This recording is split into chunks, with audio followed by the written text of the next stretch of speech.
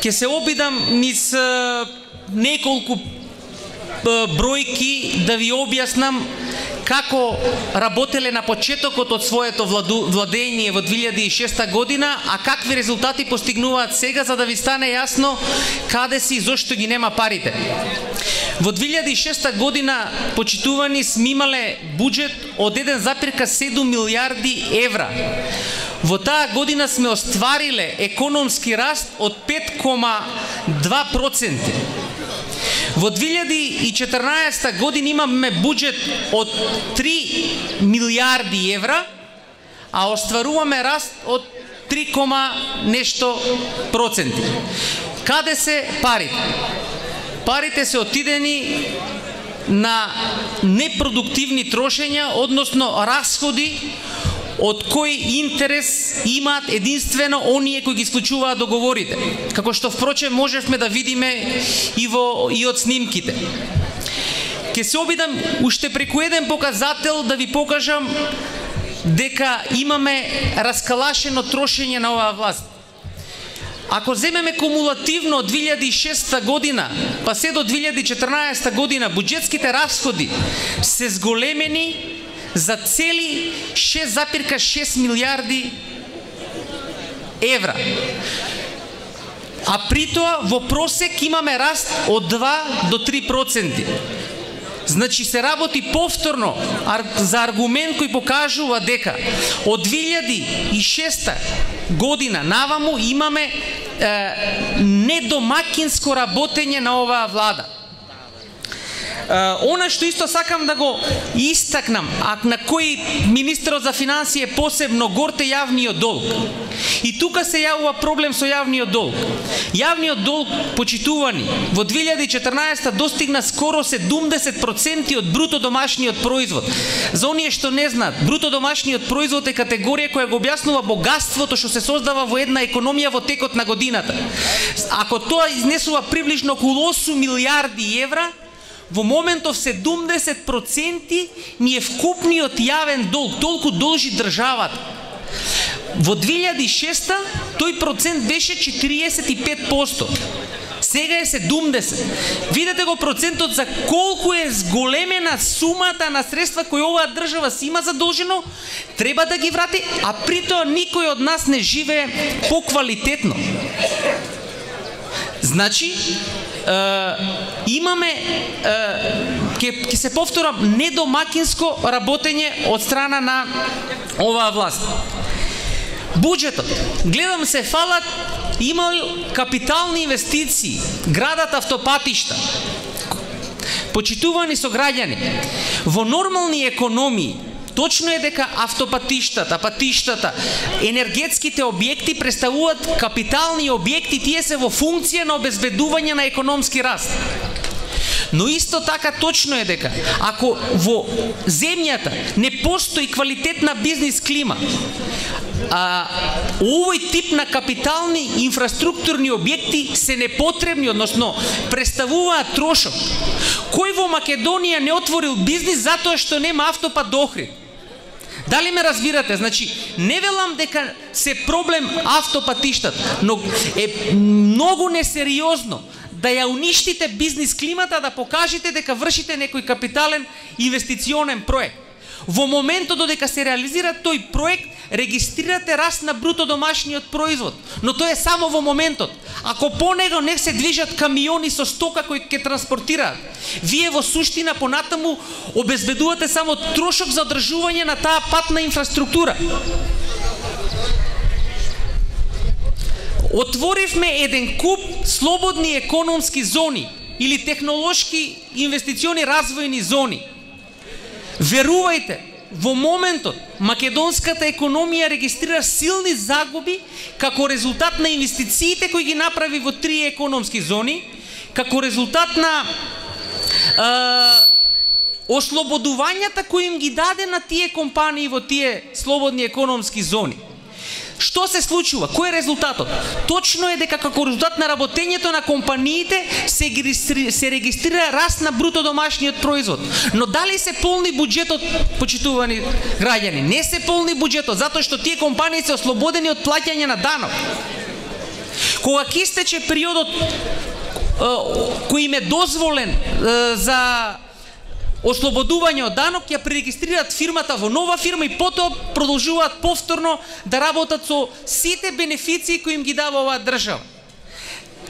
Се работи за лоша прераспределба на богатството кое се создава во земјата. Имаме исклучителна, во исто време и нетранспарентност. Таа нетранспарентност им обезбедува позиција да се однесуваат на начин на кој се однесуваат. Видете што се случува и со тендерите, со јавните набавки.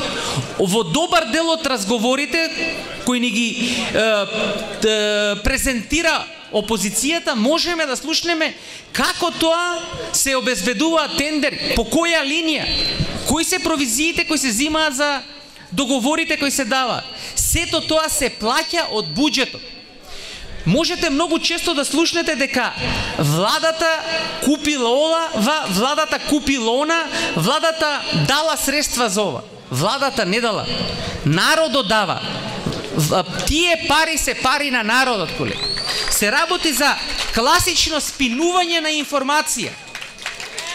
Имаме загрижувачки момент. Девизните дознаки паѓаат, девизните резерви повторно паѓаат.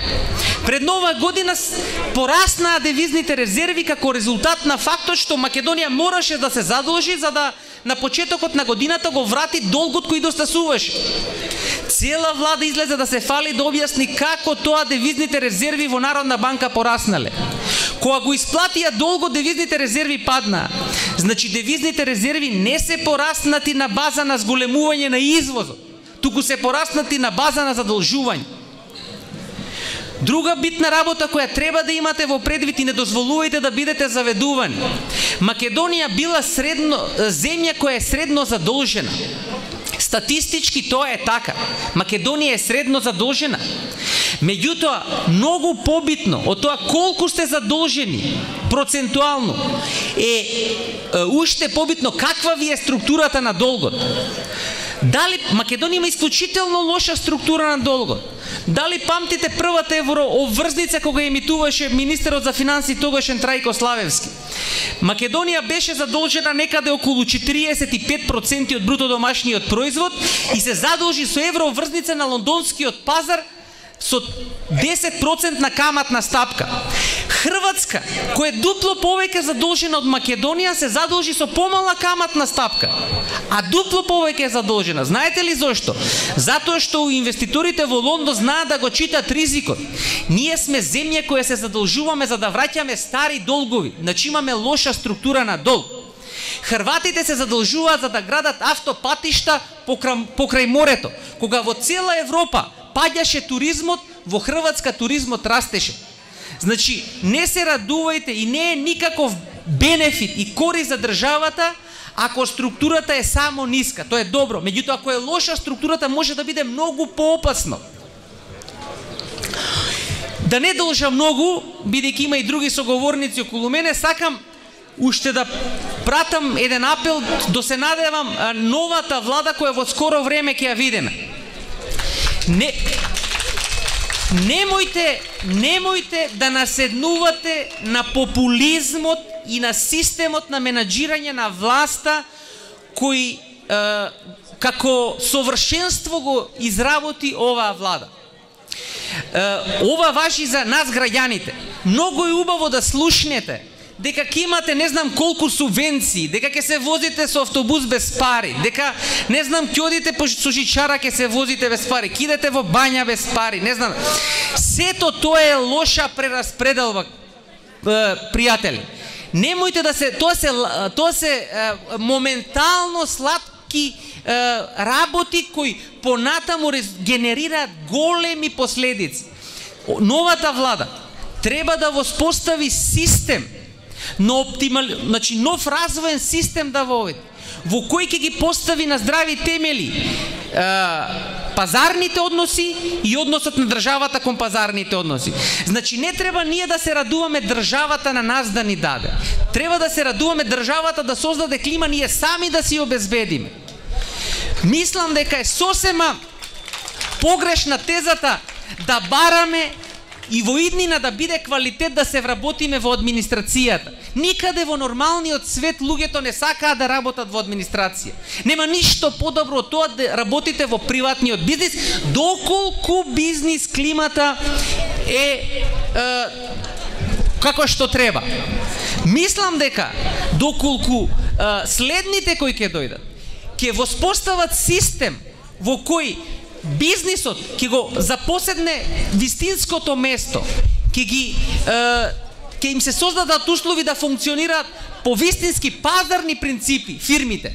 Мислам дека на тој начин и новите министри ќе имаат многу лесна да работа и во начинот на менаџирање на економските политики, а населението исто така мислам дека ќе биде многу позадоволно отколку што е сега. Ви благодарам.